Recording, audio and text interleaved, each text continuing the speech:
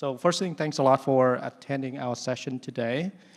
Just a little bit of introduction about myself and then also with my partner in crime. My name is Brian. I'm Senior Engineering Manager at ML Compute Platform. Joining me today is Nick Resnick coming from the AI Foundation Engineering team at Capital One. So what will we talk about today? First thing, we're going to do a little bit of introduction about why Ray at Capital One. We're basically going to define our problem space and why we are looking at Ray as one of the solutions that we explore.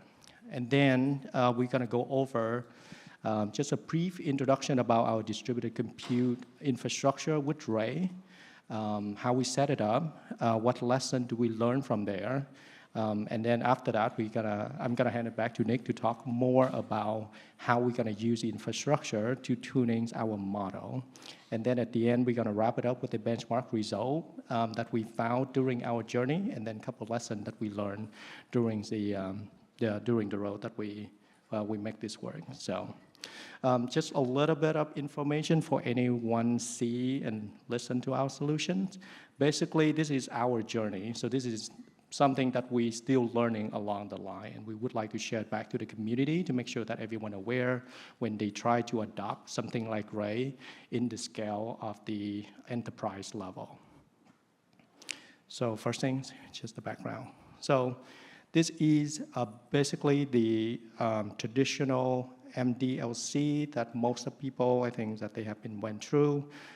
Specifically at Capital One, we already done that for so many years. So which means is we basically defining a lot of environment for different kind of user to go in and doing different tasks relating to machine learning. So usually the data scientist is going to coming from the EDA environment. When they basically just have a use case of looking at some certain amount of data, they try to see the pattern. From there, they basically just going to use some tool like Jupyter Lab or maybe VS Code. They might exploring the data using NumPy, Apache Spark, or maybe DAS, right? So there's no actually result coming out from there. They basically just try to identify the pattern. And from there, they might producing some certain features or some certain data that they might decide to now is going to be the time for them to go into training a production model. So when they go into production model, there's going to be more tool that they have to look into. They might have to boosting the model with XGBoost. They might continue to using Spark, VS Code. They might exploring something like Kubeflow to make sure that they can develop a repeatable pipeline. And then depend on different type of model, they may also try to explore using PyTorch or TensorFlow. So the result coming out from all those activities gonna be a model that can be used into the serving environment. So what is the challenge that we see on that, right? So we basically going to have like a data transaction overhead for every time that we trying to develop a machine learning model and improving the model.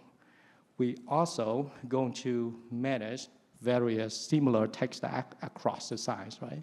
Because, depend on the size of the company where you came from at Capital One or like any other enterprise level company, they always have different environment, different regulation, different rule, different permission that the user can use.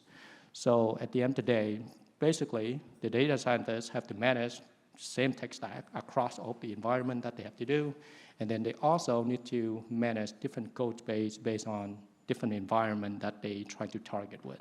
So at the end of the day, the data scientists actually have to spend more time to have the awareness on which environment that they have to deal with. And then from there, they try to develop different type of code base that target different environment. So that's definitely the challenge that we've seen.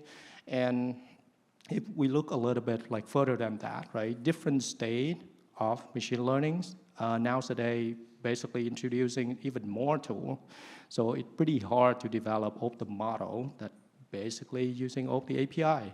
If you want it as the infrastructure engineering, you basically are going through like a reactive model where the data scientist might come to you and say, hey, tomorrow I might want to use Ray, or tomorrow I might try to use, like PyTorch Lightning or some other tool that you may or may not heard of. And that is basically impacting the amount of innovation work that your team or your enterprise can provide.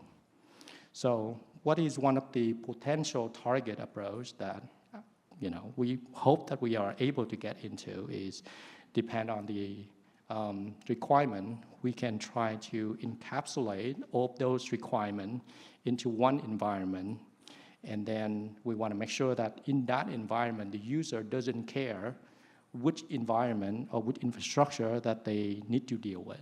They're basically just going to submitting some job or trying to do some task, and then the infrastructure behind the scene will manage all the dependency. And then at the end, they based on the model, and based on how the model is being served, it's going to be a different story. But then for the training or for the development lifecycle, the user shouldn't have to worry any of that. The data scientist should only focus on developing the model and only focusing the metrics that they would like their model to perform. So no storage requirement, only single code base that will work on every task. And basically Ray that's why we're here. Ray is basically give us that. They basically providing a universal framework for all the distributed computing of the tasks that we need to accomplish within the AI and ML work stream. Anything relating to Python can be distributed with Ray. So let's see. So other key motivator that I want to highlight is when we are thinking about machine learning platform, there's always a debating between horizontal versus vertical scaling. So which means is, as a data scientist, you don't care, right? You're just submitting a massive task to an infrastructure, and then you hope that the infrastructure will automatically scale out. But as the infrastructure person, you're always thinking that you don't know how much data that the user may consume. Do we need more larger machine? Do we need more machine? How can we handle that?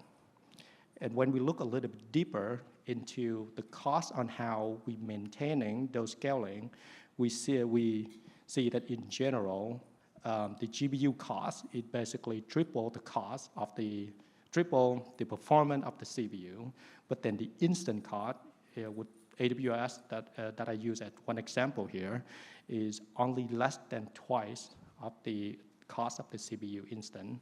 And one example that I provide at the bottom, that comparing between the M5 instant and the G4DN instant, we can see that the number of the processor going to be the same, number of memory is the same, but the G4 instant have an L4 GPU that can help to accelerating the computation that we need.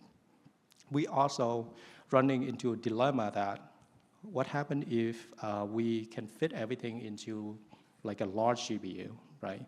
But then the large GPU is basically very scarce. You have to deal with like how to manage those GPUs during runtime. If you have to pay a lot of cost upfront, is that the right amount of money that is actually bringing the most value to the team? You have to evaluate. We have basically, as in the infrastructure, we have to evaluate on all of that. And the best approach is basically deciding during runtime to know sometime you might need to use A100, and sometime you can try to explore a cheaper GPU type like L4. And in the next few slides, I'm just going to go over very quickly because it's going to be related to Kubernetes, and I don't think that anyone here going to argue about the benefit of Kubernetes, so I'm just going to do it very quick. But if there's any concern about running and why we're using Kubernetes, please bring it up during the Q&A. Okay, sorry about that. So why Kubernetes? So the key thing is Kubernetes has been the de facto in the industry is about distributed compute environment. At Capital One, we also build out a good experience of Kubernetes that we can leverage in-house. And Kubernetes also give us a lot of benefit on dynamic allocating, scaling our application, and then also fine-grained compute resource management. And we have to develop that throughout the year. Why Ray? Ray in Kubernetes, the key things that Ray in Kubernetes can bring us the benefit would be we can use the same Kubernetes environment for everything else. We can auto-scale the Ray cluster during runtime. We can also leveraging the node autoscaler and then auto common tool that Kubernetes ecosystem that already provide to us. So which means for any enterprise trying to adopt Ray or KubeRay in particular, if you already have the Kubernetes in place, everything else will work the same. And then with KubeRay, we basically can support distributed Ray workload natively within Kubernetes. And here is just like a quick brief on how we develop our Ray platform. We basically have some certain tool set that we provide in Ray client. It can be a combination of the IDE as a service, combination of SDK, combination of API, depend on which Kubernetes environment that you are dealing with. And then from the Ray client, the user have the ability to create a Ray cluster. And then from KubeRay Operator, we able to work with the Kubernetes API server to spin out a set of Ray cluster, which is a combination between Ray Hat, Ray workers, and then since we have a strong integration with the cloud provider directly from Kubernetes, we can request for different GPUs, different type of compute resource that we need for our Ray worker and Ray Hat pod. And if the Ray worker and Ray Hat pod deploy into a GPU-enabled worker node, all of the CUDA operation in Ray, in PyTorch, in workload will be enabled by default at the moment when Ray cluster came up. Now I'm going to hand it back to Nick to talk a little bit more about RayTune.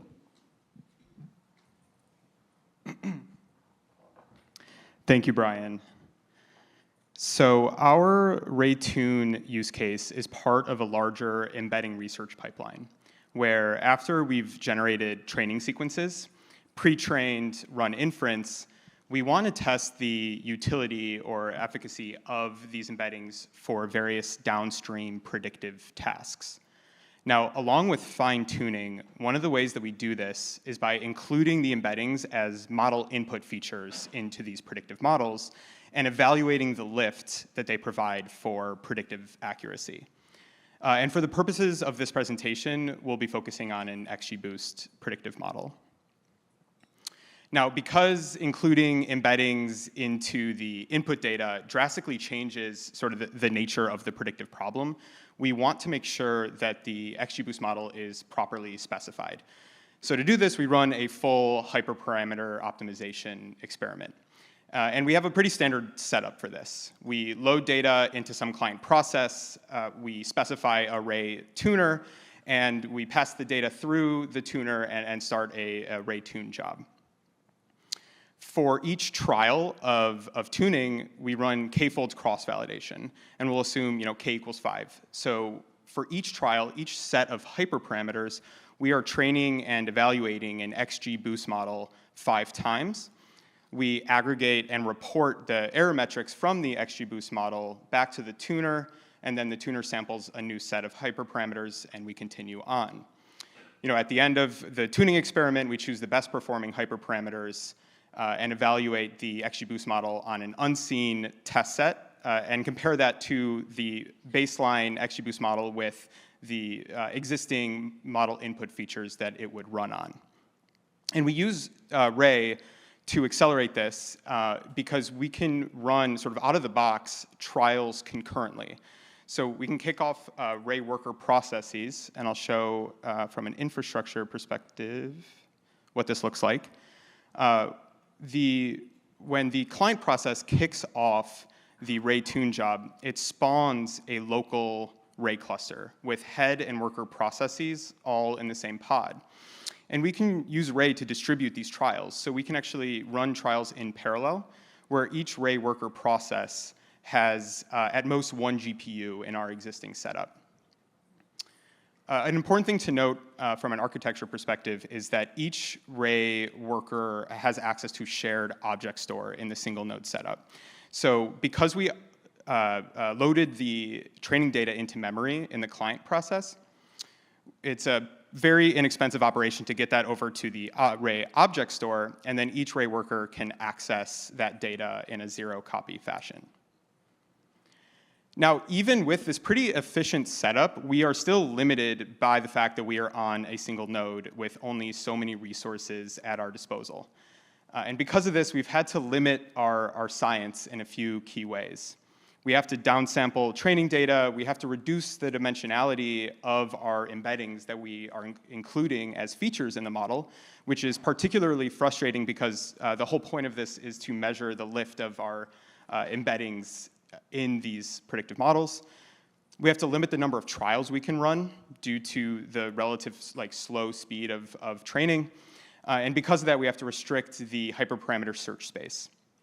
And so our goal was to remove these constraints and scale up our experiments by migrating from single node Ray to KubeRay and implementing multi-GPU XGBoost training with Ray.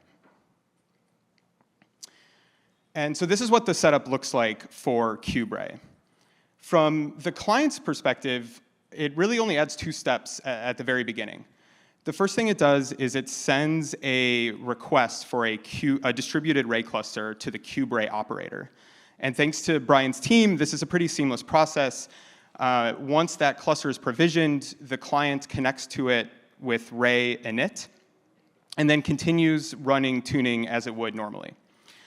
Now, instead of the Ray head and workers being processes within the same pod, they are now each their own pod across our Kubernetes cluster. This means we can drastically scale up the number of resources available to each Ray worker. Whereas before we were limited to 1 GPU, we can do 2, 4, 8 GPUs, much more memory and CPU cores as well. One important architectural detail here is that from Ray's perspective, each of these Ray worker pods are worker nodes. So they each have their own object store memory. And we'll talk a little bit more about that in a second. And another detail here is that there's 2 levels of distribution happening now. We leverage Ray's XGBoost trainer class to perform multi-GPU XGBoost training within each Ray worker. So not only are we distributing hyperparameter tuning trials across workers and doing those in parallel, but each Ray worker now has multiple GPUs available to it, and we modified the training so you can do multi-GPU XGBoost training. Now, when we migrated to KubeRay, we pretty quickly ran into a problem, which is that the way we had been loading data into the tuner was no longer suitable for a multi-node setup. If you remember, we are loading the data into a client process, and we're passing it through the tuner. What that effectively does is a ray.put call, putting the data into the object store. In a single node setup, this was fine. It was already in memory in that pod. But in KubeRay, it's different. It will now serialize and send that data across the network to each of the Ray workers' object stores. We ran into data serialization issues when trying to do this, where even when we solved this, so we actually found that if we pinned a version of protobuf and cloudpickle, the data serialization issues went away. But even then, we saw that the memory accumulated throughout the tuning job. So this is a graph of an 8 concurrent trial job where each Ray worker has 4 GPUs. Memory would accumulate throughout and would frequently OOM. And so we were faced with a new challenge, and we needed to find a way to load and manage data efficiently in our hyperparameter tuning workload on KubeRay. So we tested a variety of approaches. I'll talk about 2 that come from Ray's XGBoost documentation. The first one is to use XGBoost Trainer to automatically shard the data that was loaded via the Ray data and into Ray datasets.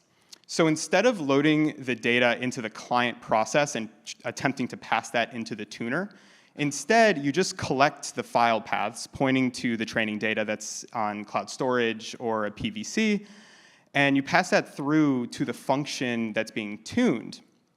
At that point, you can read in the data using Ray data and pass the Ray data sets to XGBoost Trainer, which has a native integration with Ray data, and rely on XGBoost Trainer's automatic sharding to do data parallel training for XGBoost.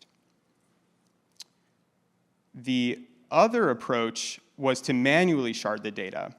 And so this works by passing the file paths all the way through to XGBoost Trainer and having its distributed Ray actors.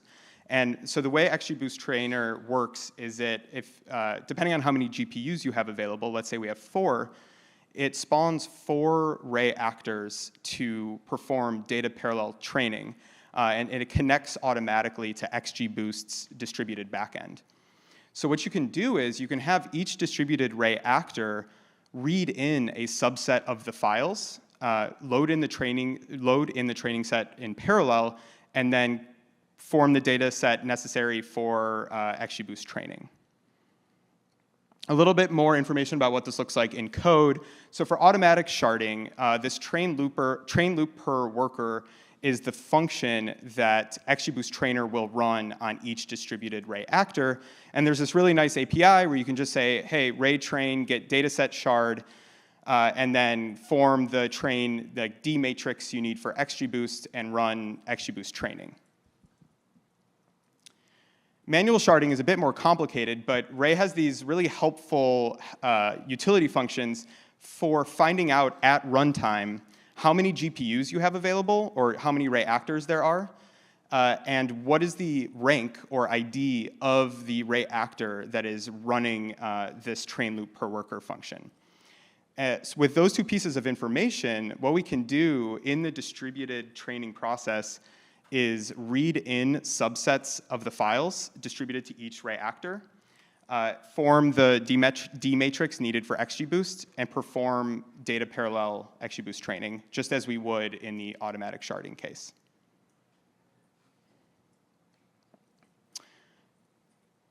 So we benchmarked these 2 approaches on looking at 2 main things. The first is memory consumption.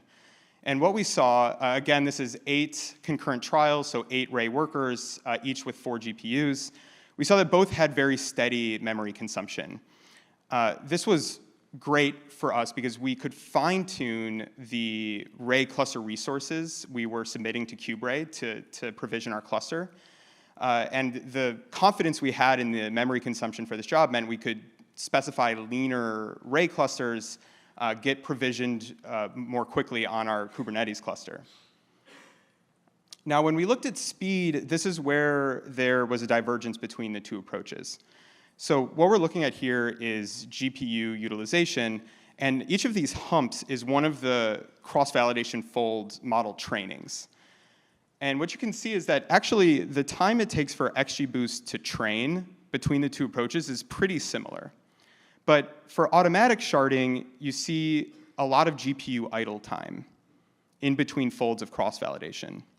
And we weren't sure why this was. What we ended up finding is that when using automatic sharding, and here we're looking at network transmitted and receiving bytes, basically network traffic, there were orders of magnitude more network traffic on our cluster. And this is because the way that Ray data works is it will read in different chunks of the data onto different Ray workers throughout our KubeRay cluster. But then later on in the job, each Ray worker is saying, hey, I need 4 folds of data for training and 1 fold for validation, for cross-validation. And so it has to collect the chunks of data from all the different Ray workers onto, to be in memory to run XGBoost training and validation. So basically, every Ray worker needed to collect data from every other Ray worker and needed to send its data to every other Ray worker. It was like a fully connected component and a ton of network traffic. Meanwhile, the manual sharding approach is just doing a direct read from storage from each Ray actor, so from each Ray worker pod, so it avoids sort of this network transmission altogether. Putting this all together, using that manual sharding approach and comparing the KubeRay multi-node, multi-GPU XGBoost training to our existing single-node setup, what we saw is that we were able to drastically scale up our experiments. So for one apples-to-apples comparison between single-node and multi-node, we were able to decrease the average time per trial by 3 times as much. So that means we can increase and run 3 times as many trials in the same amount of time. And this unlocks our ability to search a larger hyperparameter space as well. And then for a larger data set that wouldn't fit into a readily available GPU, like an A10G or L40S, we had to perform dimensionality reduction in order to get it to fit in there into a GPU in that single node setup. But now with KubeRay, we could distribute it across multiple GPUs and get it to run in under 15 minutes per hyperparameter tuning trial, which for our SLA is well within the bounds, the acceptable bounds for us. So that was a huge win for the science organization as well. Lessons learned. First off, I lied to all of you. I said that this was GPU utilization earlier. It is not. What this actually is, this really nice plot that is showing you each XGBoost model fit during cross-validation, is a metric called graphics engine active. And if you scour like the NVIDIA GitHub issue board and some blogs on GPU observability, several folks suggest using this as an alternative to vanilla GPU utilization. And for us, this was definitely the case as well. So this is actually GPU utilization underneath. And this is the same screenshot. I just cropped it into 2 different pictures. You can see that the graphics engine active metric, which is basically for an interval of time, like 1 minute, the percentage of that minute that the GPU's graphic engine was active. It is much more intuitive and helpful for us to understand, when is our tuning workload doing training, when is it doing something else, and GPU utilization was much noisier. Besides that, some other lessons learned.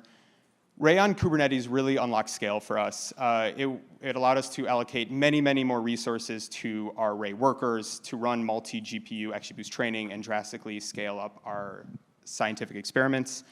But with KubeRay, data loading is a crucial decision. You're going from a single node setup to a multi-node setup, from one object store to many object stores. And so understanding when data will have to be sent over the network and when it won't is crucial. And on that note, avoiding network I/O as much as possible between the Ray worker pods in your KubeRay cluster is key for good performance overall on your workload. And observability is also key. We would not have been able to navigate through these decisions and understand the nature of our distributed workload if not for looking at these key observability metrics. And finally, to wrap up, I'll hand it back to Brian. Thank you, Nick. So like Nick mentioned, the other lessons that we learned is basically Ray data introducing a new data paradigm for data processing that we need to familiar with to come from single instance in one node. Now we're going to distributed node, and within Ray data, there's some certain logic and scheduler that actually doing a lot more than what we familiar before. So which means is, if the data scientist, if you introduce KubeRay or Ray in general to your enterprise and trying to pushing your data scientists to just use familiar technique in Panda, Spark, or Dash and move to Ray, it may create a lot of frictions and more load into your infrastructure than needed.